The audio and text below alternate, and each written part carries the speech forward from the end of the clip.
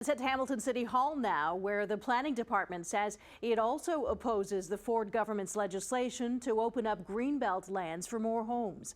Jason Gaidola joins us in studio tonight with the latest. Jason.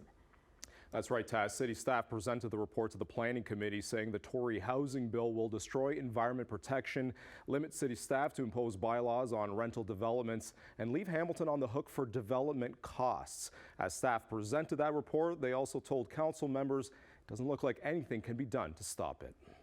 What our options are to significantly and effectively oppose the province in what they're inflicting on the already beleaguered taxpayers in our. Today at City Hall, the staunch opposition regarding the Ford government's plan to build 1.5 million homes on Greenbelt land continued. But city staff say they have no choice but to work around it. All I can say is, unfortunately, the province sets the rules of the game when it comes to planning and development, and they always have, and these are the rules that they have set.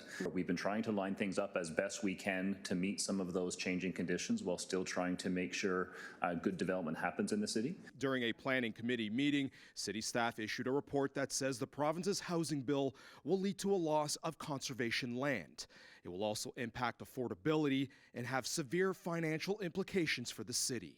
City staff also says that Bill 23 limits the city's ability to require replacement rental units and other tenant supports when a conversion or demolition is proposed. The Tories are also axing fees municipalities collect from developers, money that could be used to pay for roads, utilities, and other city resources. Many in the community are concerned about the bill's impact. You need to come up with a creative way to say you do not support this. Residents are dealing with property taxes. That's going to go high. Acorn has talked about the demo evictions. That's going to increase. Since passing the legislation, more than 7,000 acres of Greenbelt land are poised to be developed into new subdivisions, including the Alfreda area in Hamilton.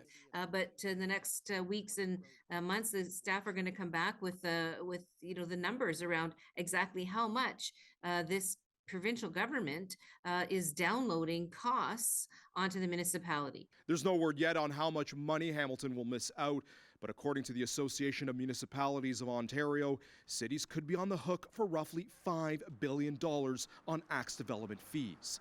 Mississauga Mayor Bonnie Crombie says her city will lose nearly $900 million. Meanwhile, at Queen's Park, Ontario Housing Minister Steve Clark faced repeated questions regarding reports about developers buying Greenbelt land the last few years. You say, I did the posting, I followed the rules. We followed the rules. I met with a ton of people before, and we have to read into that yes, you did tell these landowners that their land was going to shoot up in value when you made this decision. That's what I'm getting from you. The government has done countless consultations.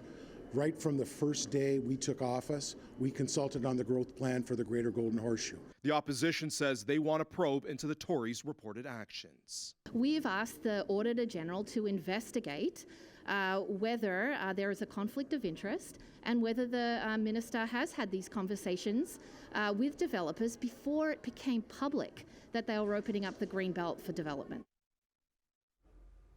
The Green Party is also asking Ontario's Integrity Commissioner to investigate whether Premier Doug Ford or Housing Minister Stephen Clark gave developers advance notice of plans to open up parts of the Greenbelt for housing. Back here in Hamilton, city staff say a report on the development fees related to the housing plan will be presented at a finance meeting tomorrow. Taz.